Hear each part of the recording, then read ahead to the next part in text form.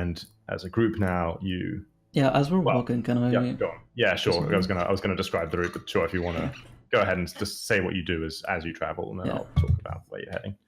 So now that you have shared your limited identity, pray tell, what do you know of us exactly? A sort of a half smile cracks his lips, and he says, surprisingly little, actually, which is, I must say, rather embarrassing for one in my position. Would it be fair to say that neither of you had any particular reason to be in Goldshire that evening? And then he kind of reevaluates and says, rather, let us say, no reason in any way related to the events that have recently befallen the Alliance, and indeed the events that befell Goldshire that night. Shonda shakes her head.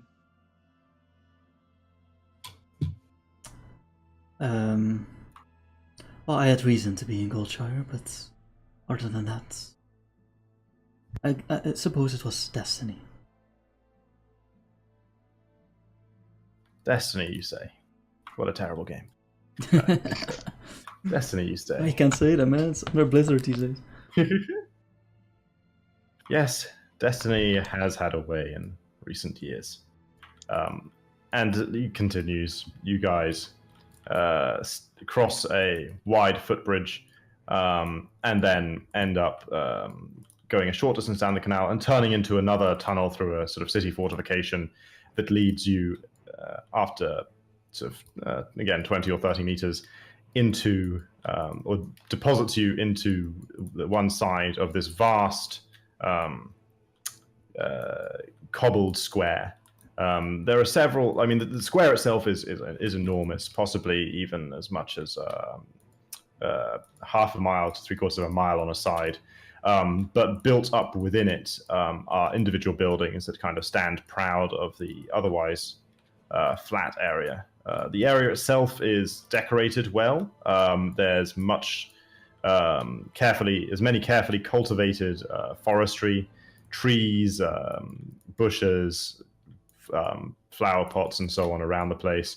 And directly in front of you is a multi-tiered fountain with a kneeling statue on top that all of you, regardless of knowledge of history, would certainly recognize as being of Uther the Lightbringer, one of the most most famed paladins in the history of Azeroth. Infamous. Well, the opposite, one of the most famous paladins in the history of Azeroth.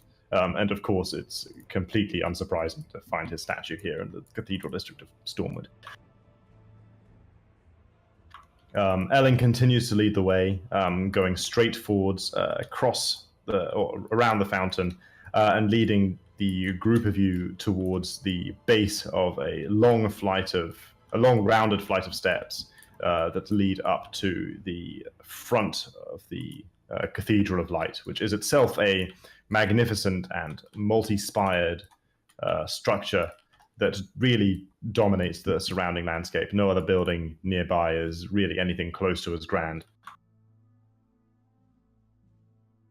As we're walking, I lead into Shallan and say, I heard a rumor once that the lights these humans are so proud of is actually the Lune herself in disguise, gracing them with her power.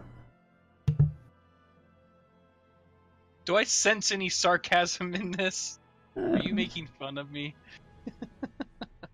I mean, that's hard to... Yeah, I don't know. Mostly like a light fact that, like, whether it's true or not, you can definitely tell, like, whether that rumor is true or not. I don't really care. Right. Yeah. Make fun of religion in general. Not just there is a general, I would say, just not specifically to that comment, but like as a world note for our Night Elf and priestess heading to the Cathedral of Light. There are religious differences, not strong ones, but certainly there would be debates about whether the humans would probably hold that Elune is really just one of the many embodiments of the light. The Night Elves would probably argue that that the light is in fact simply one of many manifestations of a loon, and so on. There'd be disagreements onto the exact nature of doctrine. The humans and dwarves would be very close together in terms of their religious doctrine. It would really be the night elves that would disagree on certain points of scripture. So I guess the point I'm making is if you as a night elf priestess, if you were looking for an argument, you've come to the right place. Right. Okay. Not that anyone's is likely to openly. So as we pass, so yeah, I guess so. At the comment, I kind of turn in and say, "Oh, I didn't take you for much for a religious scholar." I just laugh at that. I kind of almost jokingly back at you, kind of like I kind of get what you're saying, and then just twist and throw it back. I just laugh and shake my head. Okay. And so you ascend behind Elling the stairs, the long flight of stairs leading up to the front doors of the cathedral, eventually you, following Elling, step through the open doors, round a vestibule, I guess would be the description, and in a well-carpeted series of corridors, find yourselves eventually deposited in the central chamber of the very large Cathedral of Light itself, with all sorts of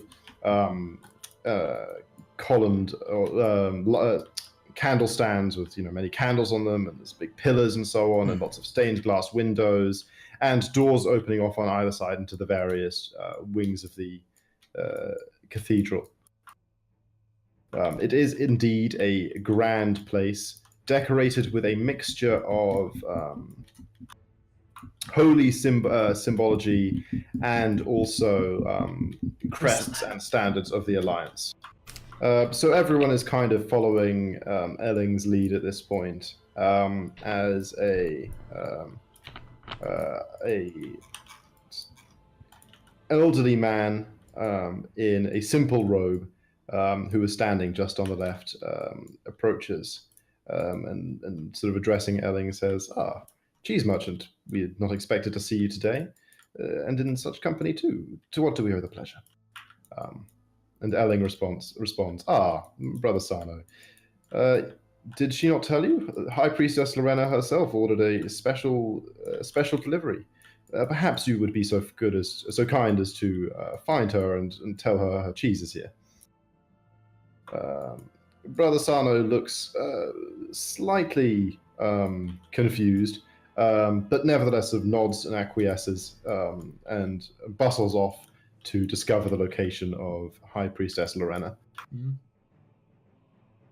The group of you find yourselves now standing, not necessarily awkwardly, but sort of in silence, just to the right of the entryway, while various religious types, including Thomas the altar boy, who's a little ginger kid, strangely, Stupid Thomas, bustle about you, and you guys sort of find yourselves in that awkward situation, or slightly awkward situation of standing there waiting while everyone else around you seems to have something to do.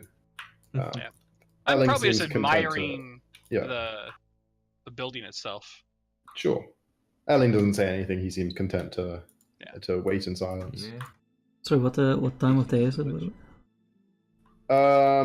It is now. The sun has set. It would have set during the time that you guys spent traveling through the city. It was sort of getting dark when you arrived, and now it's properly dark outside. Are there multiple windows now that would be shining the moonlight into the building then, or is it lit from within? Yeah, sure. The moon has risen. I have no idea really where the moon rises in Azeroth. I'm not that much of a nut, but to north over the city, and rays of moonlight are filtering down through the largest of the stained glass windows that is adorns the wall and ceiling high over the altar at the far end of the room, the raised dais. Shalana suddenly empowered Exactly. with advantage. Yes, Yep. you feel the advantage flow through you. There are 2 moons in Azeroth? What? I think there are. Yeah, I googled it, yeah. There's is The it White only Lady 2? and the Blue Child. Yeah, there's also, well, okay, Argus isn't in the sky yet, but spoiler alert. But it'll be a while, I think. It'll be a fair while, but eventually. Okay. Just to break the silence, I say, just look out the windows and say, by the way, can anyone recommend a place to sleep tonight? I'm not familiar in the city. Would I be looking for a lodging in the trade district? Gonna look at the 2 residentials. It's funny, some man. There's like 1 inn in the entirety of Stormwind, Kristen. Wow. There's definitely several. You can bind your Hearthstone to all sorts of places in Stormwind. And yeah, At least 2 different places. and I say, and I have also heard there may be a night elven gathering in the park. Is this true? I don't know, Chris, is it? Yes, actually, the Night Elven festivities in the park are quite beautiful, having attended several times myself, says Elling. However, fear not about the status of your accommodation, ladies. You are my guest now, and I will certainly see to it that you are accommodated well for the duration of your stay in the city. So the question is there like kind of an underlying threat to that as well? Underlying threat would be a strong term, but it's a reinforcement, I guess, of the state of affairs that he intends that until he decides what to do with you or comes up with a solution, are required to basically be with him. Yeah. Gotcha. Yeah, so not a direct threat again, but kind of the underlying, like, I haven't let you go yet. Yes. Yeah. So yeah, shortly thereafter, a somewhat imperious-looking woman in much finer robes than those you saw Brother Soreno wearing a minute ago, walking with the aid of a very fancy and almost certainly powerful staff, crosses the with a kind of clickety-clack stone flooring of the main cathedral room, approaching your group, and says, as she draws closer, she says, cheesemonger, at such a late hour too. May I invite you to retire to a more private area so that you can show me what treats you have brought today? And Elling just sort of, he doesn't respond verbally, he just kind of nods and reshoulders the pack that he'd set down, and sets off after her, gesturing for the group of you to follow. Yeah. Yeah, as we're walking, I say to Alice, not too quietly, is the priestess part of your little gang? To Elling? Yeah. Yeah. Gang. He says the priestess is exactly what she seems to be, but as a high-ranking member of the Alliance, she is certainly aware of my true identity, and I have had dealings with her of that nature in the past.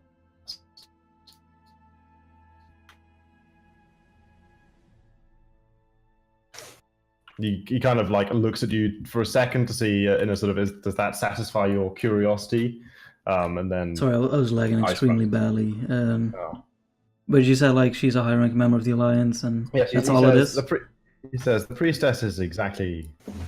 what's her name? High Priestess Lorena is exactly what she seems to be, but as a high-ranking member of the Alliance, she is aware of my true identity, and on that score I have had dealings with her in the past.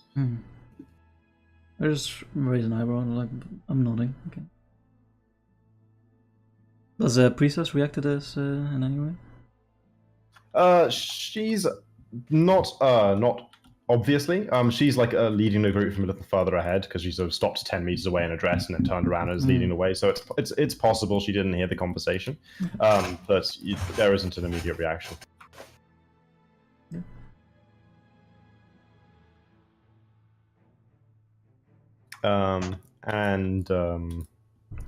She leads you through a side door into a what we'll call a well-furnished study with several tables set about, each surrounded by chairs. There are bookshelves lining most of the walls, and indeed on some of the tables rest piles of almost sort of carelessly discarded books, as though someone was here reading and then didn't tidy up after themselves. The room is, however, empty of anyone apart from the 5 of you that just stepped inside. The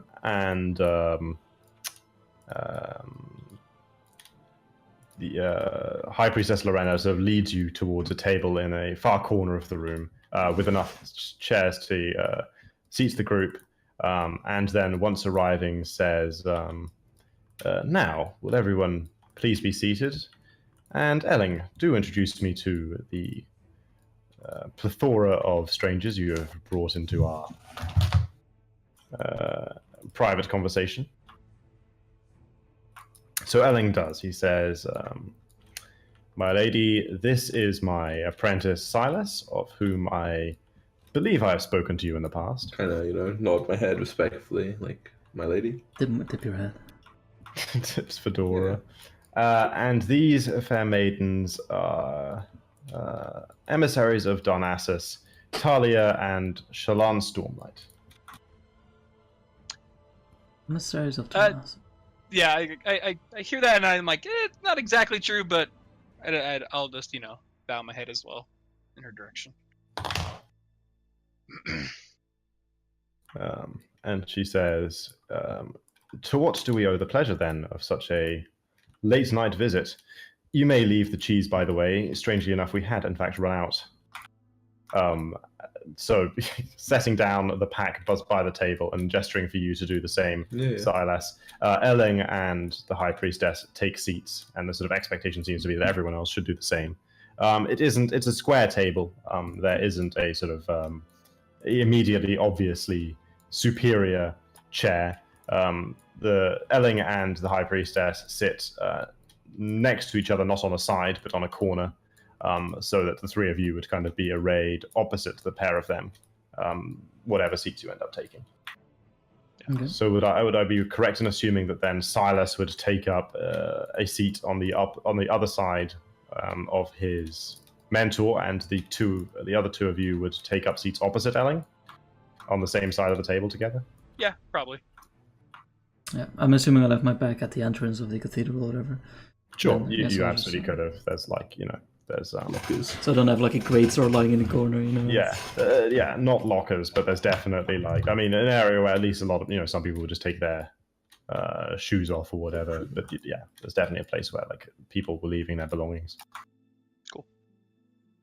And then Silas could have, but Elling launches into the tale, describing everything in a straightforward military manner with a high deal of precision and a low degree of interjection with sort of personal opinions and stuff. He describes exactly as Silas reported to him that a few nights ago, I guess by now it would have been 2 nights ago, there was a prisoner transport in Lakeshire, from Lakeshire in Goldshire, that was disrupted by a mob. That one of the orcs that was being transported, who transpired to have been a warlock, was able to use the commotion to escape, despite the best efforts of the present guards and adventurers, and that the 3 seated opposite the 3 of you were bold enough to chase down the warlock to Northshire Abbey, and with the assistance of Marshal McBride and a squadron of his men, capture the foul creature and thwart its plans. And then he kind of, I guess he follows that by saying, I haven't received any official reports yet myself, but when they come through from Northshire and Lakeshire, I will make sure copies make their way to the cathedral for your personal perusing. To which the High Priestess nods. And Elling goes on to continues to describe the that after the warlock had been subdued, a curious flower was discovered by who discovered it? Because it would have been it was you, Silas, right? You found it. Okay, yeah, it was discovered That's by why Silas he on the still has it. Otherwise, I on would the on the person of the Blackrock warlock, and then goes on to say a curious bloom about which Shallan will be able to enlighten you further. He says, gesturing towards you, Shallan, and retrieving the flower from a pocket at the same time. Yeah. And presenting it to her for inspection. So I'll just go into the same spiel, basically, for the third time. Sure. Everything I know, where I found out about it from, and yeah, in as much detail as I can. High Priestess Lorena sort of raises an eyebrow, almost with an impressed look on her face towards you, Shallan, and says, My, what a connection to have made. I believe I have read the book in question, and I don't think even I would have jumped to such a conclusion so easily. And then she stands up from the table and crosses towards one of the bookshelves and begins sort of running her fingers along the spines, searching for a particular tome amongst them. Assuming no one says anything, this goes on for... I do have a quick question. Yeah, sure. I'm under the assumption that we would have never heard of the SI7, right? No, it would be it would be known that it would exist. I mean, you can decide personally whether your character would have heard of it. It's certainly not like, a famous organization, but it's also the fact that it exists is not a secret one. The SI7 headquarters installment in the Old Town is like signposted and marked as what it is, although it's not sort of public access. You can't just walk inside. Like the CIA. MI6. It's the MI6. I mean, yeah, it's just like MI6 headquarters in London, I guess. It's it's a sort of secure area, but everyone knows where and what it is. Where is MI6? In I saw it blown up in James Bond, so I know exactly. Yeah, no, exactly that building. It's weird. It looks like it's sort of got books on the top or something. The architecture is kind of strange. But yeah, no, that is actually MI6 headquarters in London.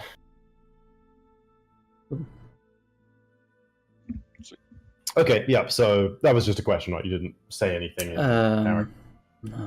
No, okay, so yeah, it's just in the brief pause while the High Priestess gets up and begins searching for the books, and about 10 seconds later she comes across a tome which, Shallan, you do of course recognize, having seen it in the past, and brings it back to the table, and it is a rather dusty, as though it doesn't get a huge amount of attention, book that is, according to the cover, authored by Prophet Velen himself, and details the flora and fauna native to his homeworld of Argus before he and his people were forced to flee it before the wrath of the Burning Legion.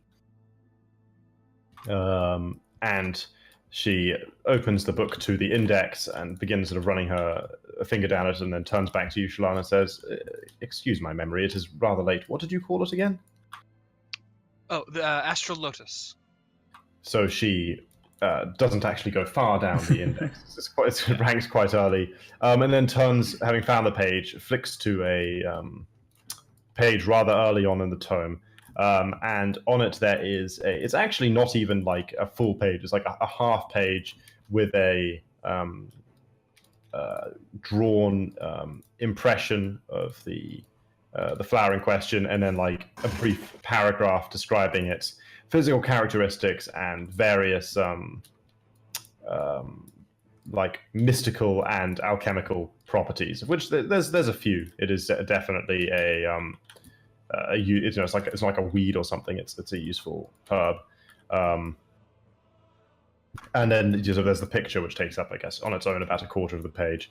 And then for the sort of for everyone's perusal, she lays the book flat in the middle of the table, and lays the flower on top of it, so that everyone can kind of make the same comparison that Shallan made in her head.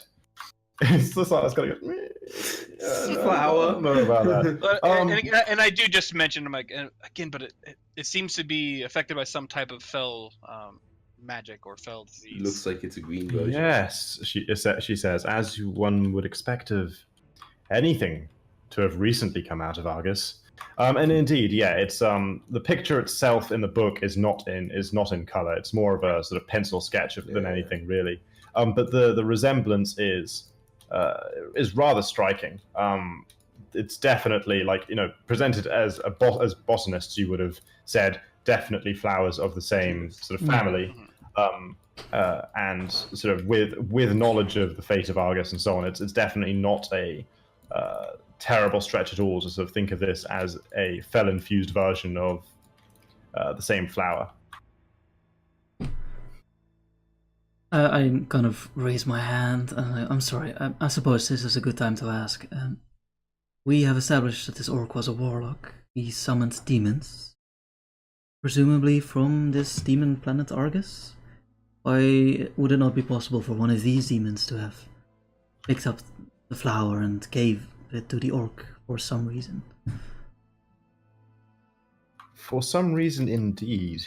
This is the priestess talking. She says, "Yes, Tali, I believe you have put your finger right on it there.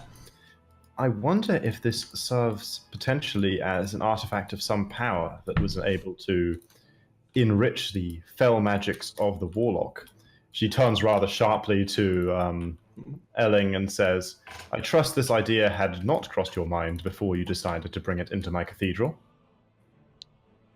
Elling kind of, he's sitting there with his arms folded, kind of shrugs somewhat enigmatically and says, "High Priestess, you know I am entirely unfamiliar with the workings of anything remotely arcane or light or related to magic in any sense. If I'm allergic to bullshit, how much do I sneeze? There's definitely a kind of, you get the sense he's not he's probably reading between the lines. What he's saying is, I'm not a magical expert, but it's certainly not true. And the reaction of the High Priestess also confirms this, that he would know nothing about such things. As she says, Elling, it is to my eternal annoyance that I really have no idea what it is that you do and don't know. And to that, he kind of smiles and shrugs enigmatically and infuriatingly again, in a sort of somewhat knowing way. And she says, "Well, that aside, it seems to have done very little harm so far." Curiously, Marshal McBride seemed to be under the impression that the escaped orc had some sort of plan. Plan involving his escape and possibly further Northshire Abbey. Perhaps this flower was part of it?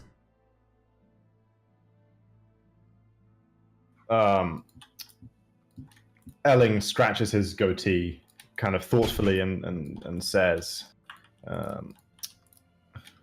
"McBride is a smart man. If it's a conclusion he draws, it's certainly worth giving consideration to.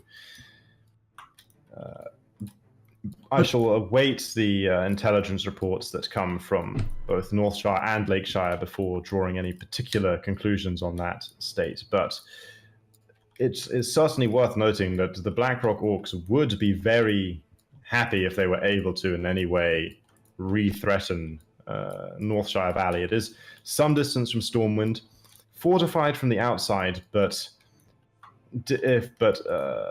open to attacks through such back routes and difficult to reinforce should it fall under trouble.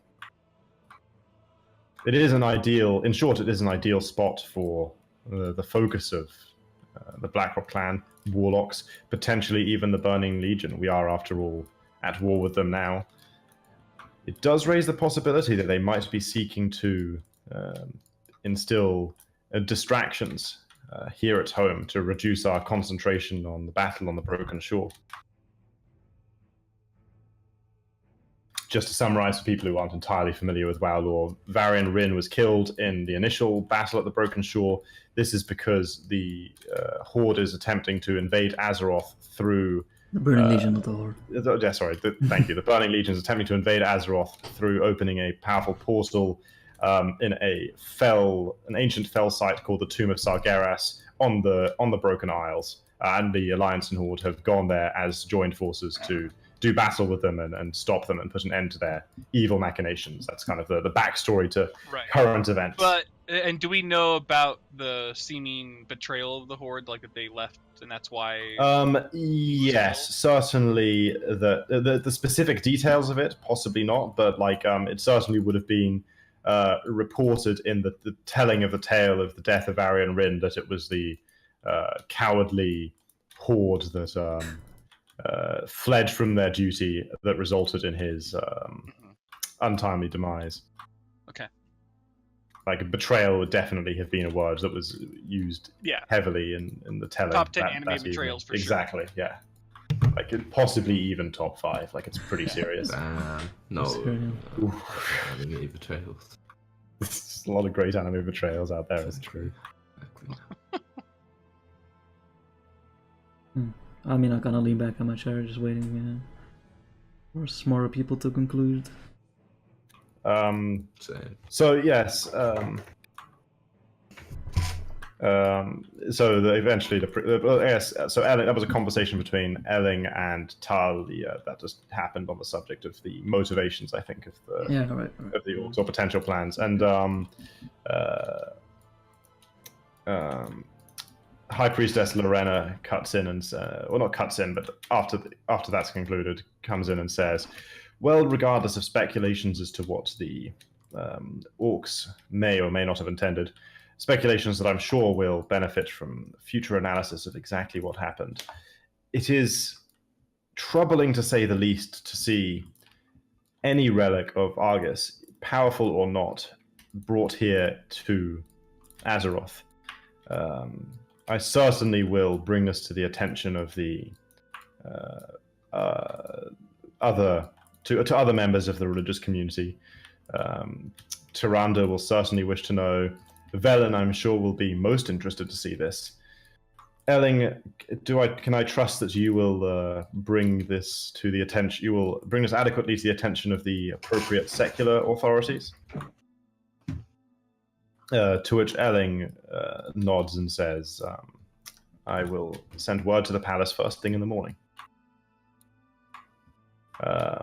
Which the High Priestess accepts and nods, and then kind of no longer addressing Elling, turns to the three of you. Well, I guess the Silas is more with Elling, so the pair of you Night Elves, and says,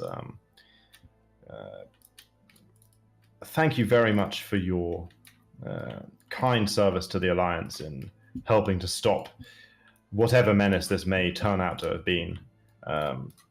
Regardless of what the orcs planned, we know that it would have been, the consequences would have been dire should they have succeeded, and so you have our sincerest gratitude in having helped to put a stop to it. If there is any boon you would ask, let me know, and I will do my best to see that it can be granted." Can I be 8th level? Yeah, no. Boom. By the light of the moon, 8th level. I disappear. If only. Okay. No, I don't say anything to that. It more of kind of a nod, and it's the least we could do. We are allies after all.